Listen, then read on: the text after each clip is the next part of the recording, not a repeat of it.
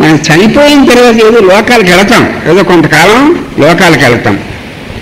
ఒక నెల్లాళ్ళు చనిపోయిన తర్వాత ఏదో నిద్దట్లో ఎలా ఉంటామో గాఢ నిద్రలో మనస్సు ఉంటుంది కదా, అలా చచ్చిపోయిన తర్వాత ఒక నెలలు 2-3 నెలలు అలా ఉండిపోతాం.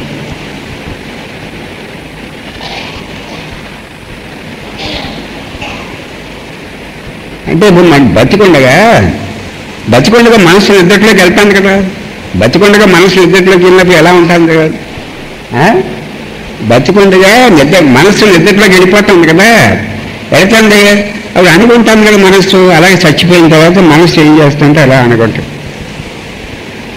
పగల కష్టపడి రాత్రి అలా మంచమే పడుకునేప్పటికీ అలా నిద్ర పట్టేస్తే మనస్సు హృదయంలోకి వెళ్ళిపోయి ఏదో 5 గంటలు 6 గంటలు నిద్ర పడుతుంది కదా, అక్కడ సుఖంగానే ఉంటుంది. ఇప్పుడు మీకు చిన్న కార్లు ఉన్నాయనుకోండి, మీకు భవనాలు ఉన్నాయనుకోండి, మీ కోట్లు డబ్బు ఉందనుకోండి, మీకు నిద్ర లేకపోతే నష్టమని చెప్పండి. ఇక్కడ కూర్చోండి, మీరు నిద్ర మానేసి మీ కార్లు చూసుకొచ్చింది కదా.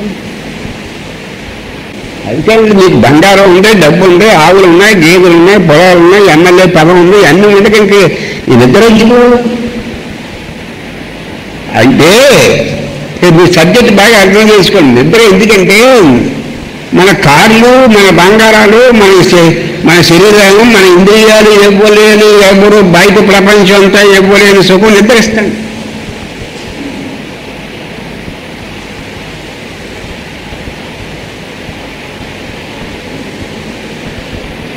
నాకు ఈ కారు ఉన్నాయి, నిద్ర పెట్టకపోయినా పర్లేదు ఎవడని ఒక్క రాత్రి నిద్ర పెట్టకపోతే బెంగెట్టేసుకుంటారు. ఆరోగ్యం ప్రపంచంలో ఏ భోగం మీరు అనిపించండి, ఏ భోగం ఇష్టం వచ్చిన భోగం అనిపించండి, నిద్రలో ఉన్న సుఖం మన ఇంద్రియాల్లో విషయాల్లోంచి వచ్చే సుఖం ఇంద్రియం లేదు.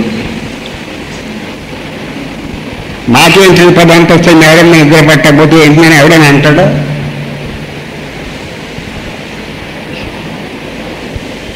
అయితే ఆ నిద్రలోని సుఖం గొప్ప, ఏదో సుఖం మనకు తెలియని సుఖం నిద్ర కోరుకుంటున్నాడు. నిద్ర అంటే ఎగటిగా మన ఆముదం పుచ్చుకున్నట్టు ఉండదు. సుఖంగా నిద్ర పెట్టాలని కోరుకుంటాం. ఎందుకు నిద్ర పెట్టాలని కోరుకుంటున్నాం? అక్కడ ఉన్న సుఖం నీకున్న వస్తుజాలంలో, నీకున్న అధికారంలో, నీకున్న డబ్బులో, నీకున్న బంగారంలో, నీకున్న బంధు బలంలో ఎక్కడ లేదు. అక్కడ సుఖం ఉంది కానీ మనకి ప్రజ్ఞ లేదు. సుఖం ఉంది కానీ ప్రజ్ఞ లేదు. ఆ సుఖాన్ని ప్రజ్ఞతో అనిపిస్తే ఎప్పుడు అనిపిస్తారు? నిజమైన నీకు అనుభవంలోకి వచ్చినప్పుడు సుఖం ఉంది కానీ నీకు ప్రజ్ఞ లేదు. మనకు ఆ సుఖం అనుభవంలో ఉండాలి, ప్రజ్ఞ ఉన్నప్పుడు రావాలి. నీకు అర్థమైతే మనకు ప్రజ్ఞ ఉన్నప్పుడు ఆ సుఖం అనుభవంలోకి కనుక వస్తే అది ముగింపు లేని సుఖం, ఆభవ సుఖం, పూర్ణ సుఖం, చిట్టు సుఖం, ఆభవ సుఖం. అంటే అది ఆ సుఖానికి ఇంకా ముగింపు ఉండదు. ఆ సుఖానికి ఇంకా ముగింపు ఉండదు. ఆ సుఖములో తేలి ఆడతాడు వాడు. అంటే జ్ఞానులు, మహాత్ములు, యోగులు, మీ గురువులు ఎవరు ఎంత ప్రయత్నం చేసినా నిన్న ఆ సుఖంలోకి మేల్కొల్పటారు. ఆ సుఖం మనం పొందే వరకు ఏదో వెలికి, ఏదో రోత, ఏదో కొరత, ఏదో మైనస్ పాయింట్ మనకి పీడిస్తూనే ఉంటాం.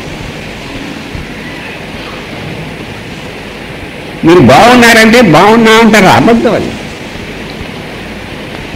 అందుకే మాట వలసకి మనం మర్యాదకి అడుగుతాం, వాళ్ళు మర్యాదకి చెప్తారు. మీరు బాగున్నారని మనం ఎందుకంటే మర్యాద కోసం అడుగుతాం, వాళ్ళు మర్యాద కోసం బాగానే ఉన్నామంటారు. ఆ నిజమైన నేను దగ్గరికి వెళ్ళేప్పుడు ఆ నిజమైన నేను మనకు తానుగా అనుభవంలోకి వచ్చే వరకు ఏ మనిషికి సుఖం లేదు. ఒక జ్ఞాని మాత్రమే సుఖం.